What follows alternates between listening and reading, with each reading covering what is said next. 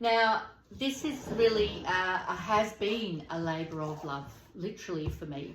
And surprisingly, it wasn't the actual crocheting that that took the longest. It was actually cutting all the fabric and the scraps to stuff it with. Now, this is actually 12 kilos of scrap fabrics, and which I've had a basket full from COVID days, believe it or not. I know you'd think I'd fill that up quite a few times.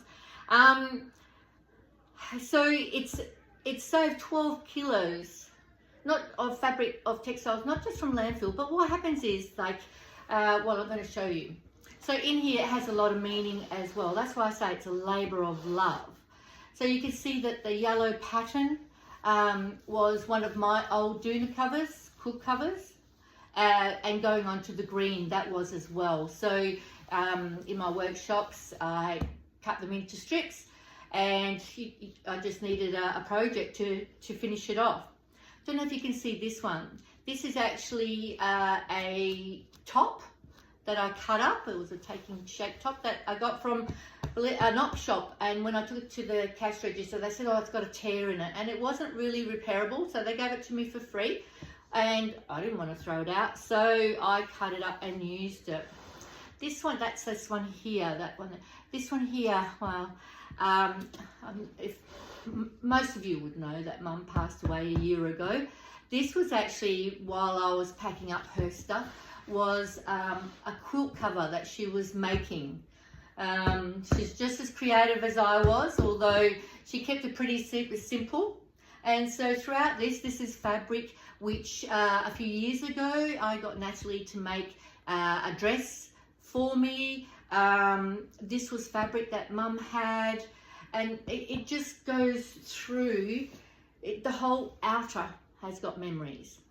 Now I have left it with a I suppose you want to call it a bow at the bottom, because as time goes on, I'm sure it will pack down more, and I might need to stuff it.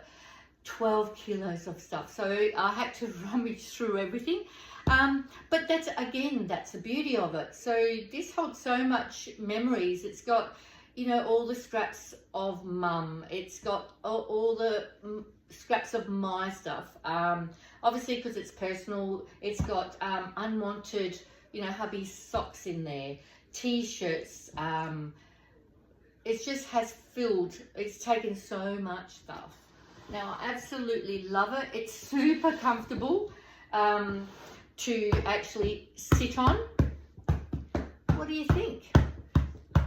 It's taken me a couple of weeks, and I'm pretty sure I pulled my shoulder out, but that's because I'm a really tight crocheter, and I didn't want really big holes, so I love it. Now, because I love the result so much, I'm actually now starting on a denim one for my bestie Christy.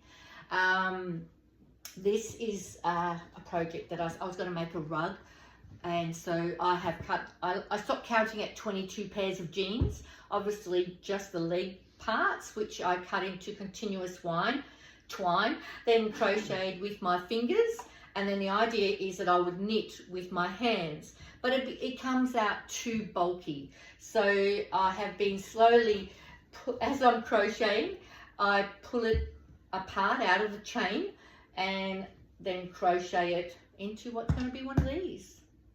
What creative ideas have you been doing to get rid of textiles lately? I'd love to hear it. I love thinking outside the box, because, as I said, I've probably got, let's say I've got 3 quilt covers in here. Now, if I was to take those 3 quilt covers to just one charity shop, they would, of course, and they'd be queen size. You have to wait for that one person to come in to like one of them, that it's the right size for their bed, that they're happy to buy it, etc., etc. So I know this wave of donating to charity is amazing. They do an amazing job, but I'd like you to just pause and think a little bit more the next time you're donating something, because it's not that easy to just, even when it's at the op shop, get rid of it. But by turning it into something else, it's got another life, and possibly multiple lives. Who knows? I might put it in my will to leave to somebody. Who knows?